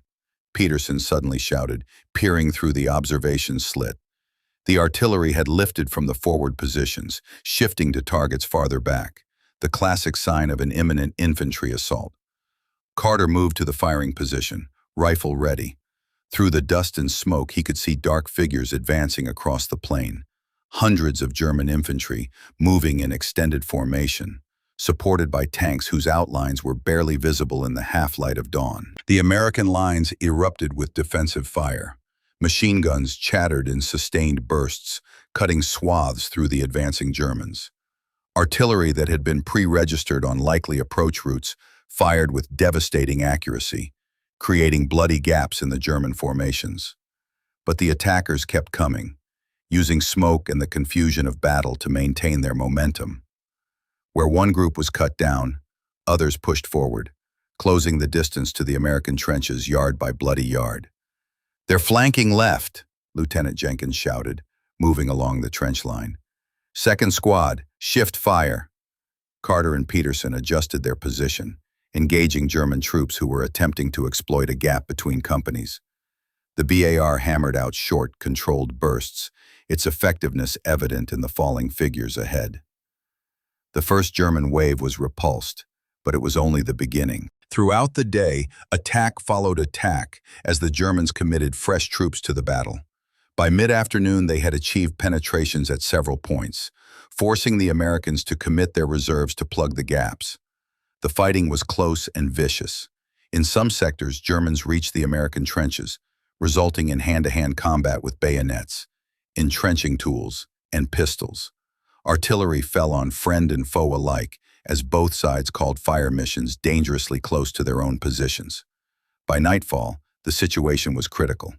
The Germans had pushed the line back in several places, capturing key terrain features that gave them improved positions for continuing the assault. The 3rd Division had suffered heavy casualties, but held the majority of its ground through determined, often desperate resistance. Carter found himself among a mixed group of survivors, consolidating a new defensive line after their original positions were overrun. Their platoon leader was dead, along with most of the NCOs. Peterson had been wounded by shrapnel, but refused evacuation, continuing to man his BAR despite blood soaking through bandages on his arm and side. "They'll come again after dark," a sergeant from another platoon told them as they prepared their new positions. The paratroopers like night attacks. Stay alert. The night brought what they feared. Infiltration attacks by small groups of German paratroopers who slipped through gaps in the line to attack command posts and artillery positions. Flares illuminated the battlefield intermittently, creating a ghostly landscape of shifting shadows where friend and foe were difficult to distinguish. Fighting continued through the night and into the next day, and the next. For 6 days, the Germans threw everything they had against the Anzio beachhead, gaining ground in some areas, but failing to achieve the decisive breakthrough they sought. The Allied troops, with their backs literally to the sea, fought with the special ferocity of men who have no retreat option. February 25, 1944. The German offensive finally began to lose momentum. Their casualties had been enormous, over 5,000 dead, wounded, and missing, and they had failed to eliminate the beachhead. Allied reinforcements continued to arrive by sea, while German resources were stretched increasingly thin by the demands of multiple fronts. In Carter's sector, the fighting gradually diminished to the familiar pattern of artillery exchanges and patrol actions. The immediate crisis had passed, but the fundamental situation remained unchanged. The Allies were still confined to their beachhead, unable to break out, while the Germans lacked the strength to push them back into the sea. Peterson died on February 26, not from his combat wounds, but from a random artillery shell that found their foxhole during a quiet afternoon. Carter survived only because he had gone to retrieve water rations. He returned to find a smoking crater where their position had been, with no sign of Peterson except scattered equipment and dark stains on the blasted earth. The reality of Anzio settled into a grim routine, a static warfare reminiscent of World War I, with troops living in trenches and dugouts, constantly exposed to artillery fire and the omnipresent threat of snipers. For the men of the 36th Division, who had survived the Rapido only to be thrown into this new hell, it seemed as if the war had become a personal vendetta, seeking them out with particular malice. The stalemate would continue for another 3 months, with the Allied forces trapped in what Churchill, who had championed the Anzio operation, now called a stranded whale, beached and vulnerable, unable to advance or retreat. And still Monte Cassino held, its shattered monastery overlooking a battlefield where thousands had died without shifting the front lines more than a few hundred yards. The Gustav line remained unbroken, and the road to Rome remained closed. For the men fighting and dying in these twin hells, Cassino and Anzio, the promises of strategic brilliance and swift advance up the soft underbelly of Europe had become a bitter joke. There was nothing soft about the terrain they faced, nothing brilliant in strategies that seemed to value position over human life, nothing swift in an advance measured in yards gained and lost, paid for in blood. May 11, 1944, 2300 hours. The valley below Monte Cassino was eerily quiet. After months of continuous battle, with 4 separate major offensives having failed to dislodge the German defenders, the front had settled into an uneasy stalemate. The ruined monastery still crowned the mountain, its shattered walls visible for miles, a symbol of both destruction and defiance. But the quiet was deceptive. All along the Gustav line, from the Tyrrhenian coast to the Adriatic, Allied forces were making final preparations for Operation Diadem, the 5th and largest attempt to break through to Rome. This time, there would be no isolated attacks against single strongpoints. The offensive would strike along the entire front simultaneously, with overwhelming force. Lieutenant General Mark Clark, still commanding the U.S. Fifth Army, addressed his senior officers at a forward headquarters near the front. Maps covered the walls, showing the elaborate plan of attack that had been months in preparation. "Gentlemen, this time we break through," Clark stated with conviction. "We have assembled the most powerful force yet seen in the Italian campaign. 28 divisions against the Germans' 23, with absolute air superiority and a 2-to-1 advantage in artillery." The plan was comprehensive. British 13th Corps and the Polish II Corps would attack Monte Cassino and the surrounding heights. The U.S. II Corps, with the newly arrived French Expeditionary Corps on its right flank, would push up the Liri Valley once the heights were secured. Meanwhile, 6th Corps would finally break out from the Anzio beachhead to link up with the main advance. The key is coordination, Clark emphasized. Previous attacks failed because they were localized, allowing the Germans to concentrate their reserves. This time, they'll be stretched along the entire front, unable to reinforce any single sector adequately. Among those listening was Major General Fred Walker of the 36th Division. His division had been rebuilt since the Rapido disaster, with replacements filling the gaps left by those killed, wounded, or missing in the failed river crossings. Now they would attack again, not at the Rapido, but further up the Liri Valley, exploiting the breakthrough that other units would create. Walker's expression revealed nothing of his thoughts, but inwardly, he wondered how many more of his men would die before this campaign was over. The division had already suffered nearly 3,000 casualties in Italy, with little to show for their sacrifice. Private Carter, now a sergeant after months of combat and attrition among the NCO ranks, prepared his squad for the coming offensive. They were positioned in reserve, ready to exploit any breakthrough achieved by the assault divisions.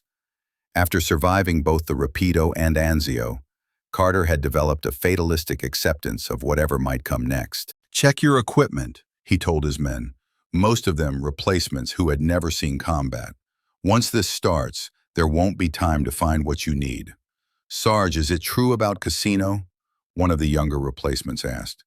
"That we tried 4 times to take it and failed?" Carter nodded. 4 major attacks, thousands of casualties. The mountain is a fortress, and the Germans holding it are elite paratroopers, probably the best soldiers in their army. "So what makes them think it'll work this time?" "Numbers," Carter replied simply. "We're throwing everything we have at them, all at once. Even the best defenders can't be strong everywhere." At 2300 hours, the night erupted in flame and thunder as 1,660 Allied artillery pieces opened fire simultaneously along a 20-mile front.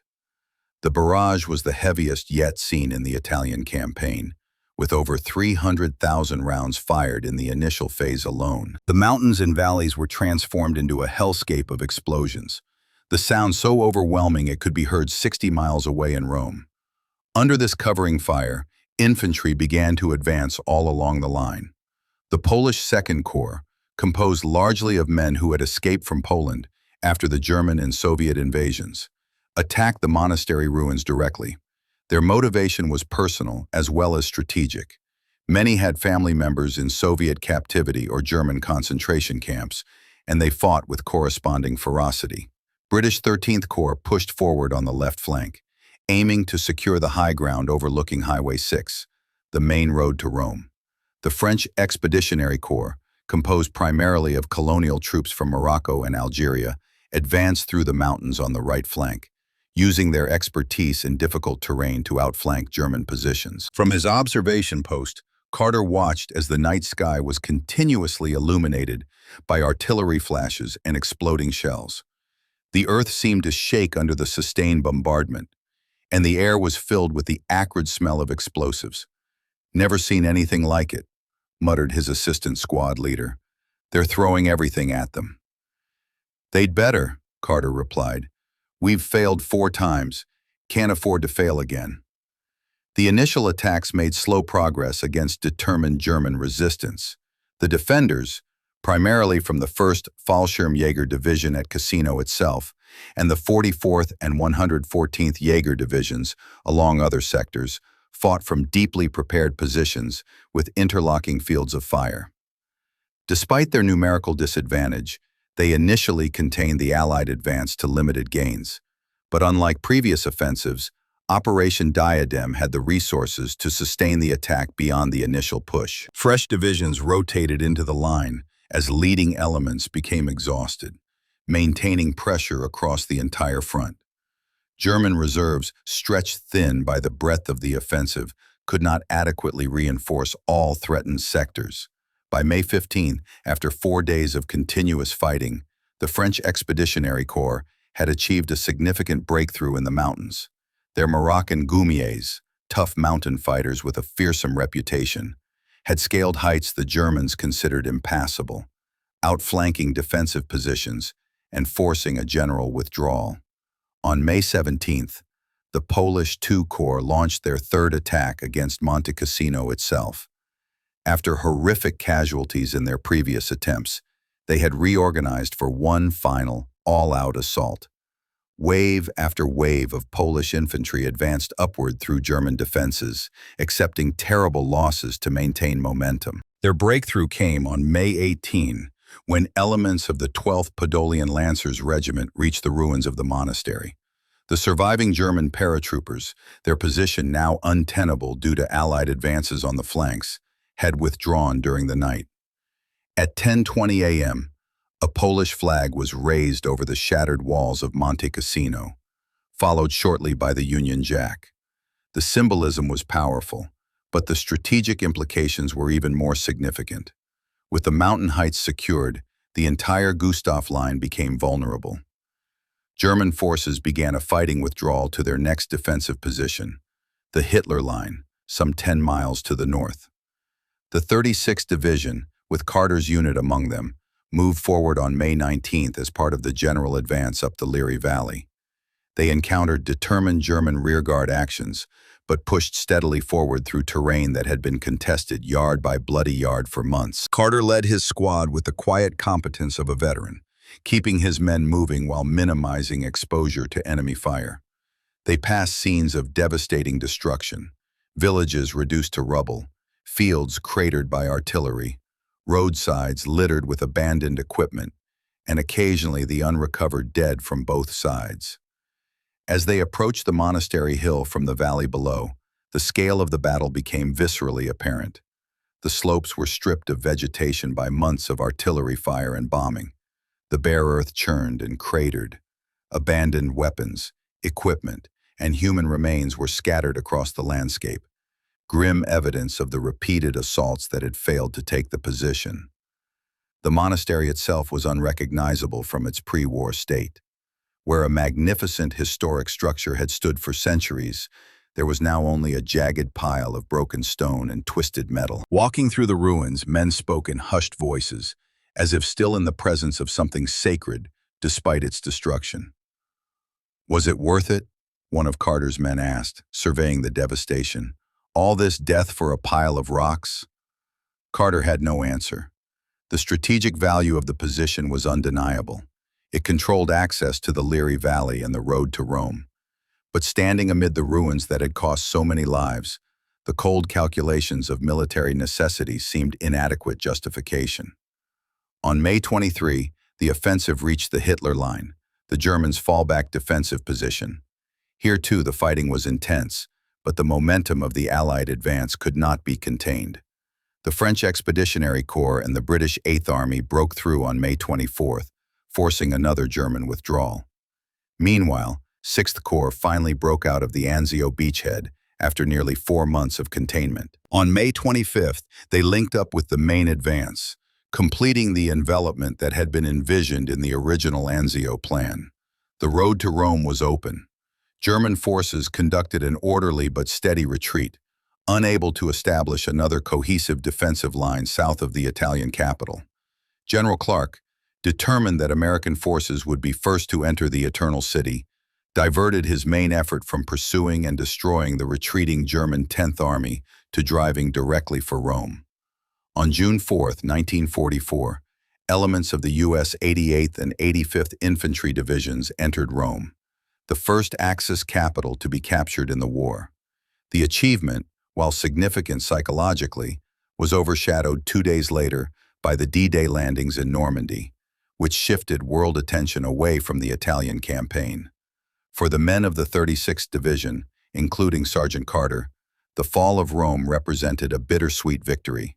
They had achieved their objective, but at a terrible cost. The division had suffered nearly 4,000 casualties in the Italian campaign, many of them at the disastrous Rapido River crossing that now seemed a distant, nightmarish memory. Standing on the outskirts of Rome as their convoy prepared to move through the ancient city, Carter reflected on the journey that had brought them here. The faces of men lost along the way appeared in his mind. At the Rapido, at Anzio, in countless small engagements across the Italian countryside. Some he knew by name, others only by brief association before death claimed them. "Was it worth it, Sarge?" asked one of his newer replacements, echoing the question posed at the monastery ruins. Carter looked toward the dome of St. Peter's Basilica, visible in the distance. "Ask me when the war's over," he replied. "Right now we just keep going." The Battle of Monte Cassino was officially over, having claimed more than 55,000 Allied casualties and perhaps 20,000 German over 5 months of brutal fighting. The Gustav Line was broken. Rome was in Allied hands, and the German armies were retreating northward to new defensive positions. But for many who survived, the battle would never truly end. The mountain had left its mark on their bodies, minds, and souls, a trauma that would echo through the rest of their lives. The monastery would be rebuilt after the war, stone by painstaking stone, but the men who fought and died there could never be restored. In military histories, Monte Cassino would be studied as a case of terrain-dominating strategy, of the defensive advantages of mountains and riverlines, of the human cost of frontal assaults against prepared positions. But for those who experienced it, it would always be something more personal and profound, a descent into a particular circle of hell that few outside could comprehend. April 15, 1984. A tour bus climbed the winding road up Monte Cassino, carrying visitors to the reconstructed monastery that crowned the mountain. Among the tourists was an elderly man named James Carter, returning for the first time in 40 years to the place that had defined so much of his life. The monastery gleamed white in the spring sunshine, meticulously rebuilt after the war to match its pre-destruction appearance. From a distance, it was impossible to tell that the entire structure had once been reduced to rubble. Only when one looked closely at the stonework could the newer elements be distinguished from the few original sections that had survived the bombing. Carter stepped carefully from the bus, his movements slowed by age and old injuries. At 79, he was one of the dwindling number of World War II veterans still able to make pilgrimages to the battlefields of their youth. His wife had urged him to make the journey while he still could, to find whatever closure might be possible after all these years. A young Italian guide led the tour group into the monastery complex, explaining its history in practiced English. The monastery was founded in 529 AD by Saint Benedict himself and stood for over 14 centuries. In February 1944, it was completely destroyed by Allied bombing based on the mistaken belief that German troops were using it as an observation post. Carter listened silently, noting the diplomatic phrasing, mistaken belief, rather than error or blunder. The guide continued, describing the painstaking reconstruction process that had begun in 1949 and taken decades to complete. Remarkably, many of the monastery's greatest treasures had been evacuated to Rome before the bombing, including priceless manuscripts and artifacts dating back to medieval times. These were returned after reconstruction. The tour moved through the basilica, the cloisters, the museum housing saved artifacts. Everything was beautiful, peaceful, the horror of 1944 erased by careful restoration. But Carter saw the mountain differently, overlaying the serene present with memories of the blood-soaked past. He excused himself from the group, finding a quiet spot on a terrace overlooking the Liri Valley below. From here, he could see for miles the town of Cassino, rebuilt after being completely destroyed in the fighting. The Rapido River, now a peaceful stream cutting through green fields. The roads and hills where so many had died. A monk approached, noticing his solitude and perhaps recognizing the look of a veteran revisiting old battlefields. "You were here during the war?" the monk asked gently in accented English. Carter nodded. 36th Division. We tried to cross the Rapido down there in January 44. Later I was at Anzio, then back here for the final push in May. The monk nodded respectfully. Many veterans come back, from all sides, American, British, Polish, German. Do the Germans come too? Yes, the paratroopers especially. The Fallschirmjäger. They held this mountain for months against everything thrown at them. For them, too, this place holds meaning. Carter looked out over the valley again, trying to reconcile the peaceful landscape before him with his memories of hell on earth. I've spent 40 years wondering if it was worth it. All the death, the destruction. Even this place. 14 centuries of history gone in an afternoon. The monk was silent for a moment before responding. Saint Benedict chose this mountain because it stood between the ancient pagan world and the new Christian one. He built amid ruins of a temple to Apollo. Destruction and rebirth have always been part of this place's story. That's a philosophical way to look at it. What other way is there, after so much time? Hate solves nothing. Bitterness heals nothing.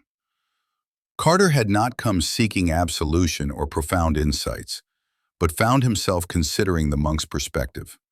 40 years was a long time to carry the weight of war, the memories of friends lost, of destruction witnessed and participated in, of youth sacrificed to strategic necessities that often seemed questionable in retrospect. The monastery stands again, the monk continued. Life returns. This is the lesson of history. Before rejoining his tour group, Carter walked to a quiet corner of the monastery grounds where a simple memorial acknowledged the battle that had raged here. It listed the units that had fought at Monte Cassino and the approximate casualties. A staggering toll that still seemed incomprehensible despite having witnessed it firsthand. He touched the engraved name of his division, the 36th Texas Division, and thought of the men who had never returned from the Rapido River crossing. Official records listed 2,100 casualties in that single action, but the true cost extended far beyond numbers on a page. As he turned to leave, Carter noticed an elderly German man standing nearby, also studying the memorial. Their eyes met in brief recognition, not of each other personally, but of shared experience that transcended the divisions of nationality and time. The German nodded slightly, a gesture Carter returned before walking away. The bus departed Monte Cassino in late afternoon, winding back down the road that armies had fought so desperately to control. Carter watched the monastery recede in the distance, knowing he would never return. But something had shifted within him. Not dramatic closure or sudden peace, but perhaps a small step toward acceptance of a past that could not be changed, only carried with increasing perspective. The Battle of Monte Cassino had been one of the most brutal of World War II, a convergence of strategic imperatives, challenging terrain, skilled opponents, and human courage that created perfect conditions for tragedy. In military terms, it had eventually succeeded in its objective of breaking the Gustav Line and opening the road to Rome. But for those who fought there, American, British, Polish, French, Indian, New Zealand, and German, it would always be more than a strategic objective or a line on a map. It was a crucible that tested the limits of human endurance and sacrifice, a shared experience of suffering that transcended national boundaries and political causes.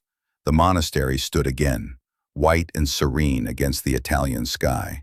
The dead remained in military cemeteries scattered across the countryside, or in unmarked graves on the mountain slopes. And the survivors carried Monte Cassino with them to the end of their days, a place where humanity had encountered both its capacity for destruction and its stubborn persistence in rebuilding from ruins. Thank you for listening. If you are also proud of the bravery of our soldiers, subscribe to our channel so you don't miss out on new historical stories.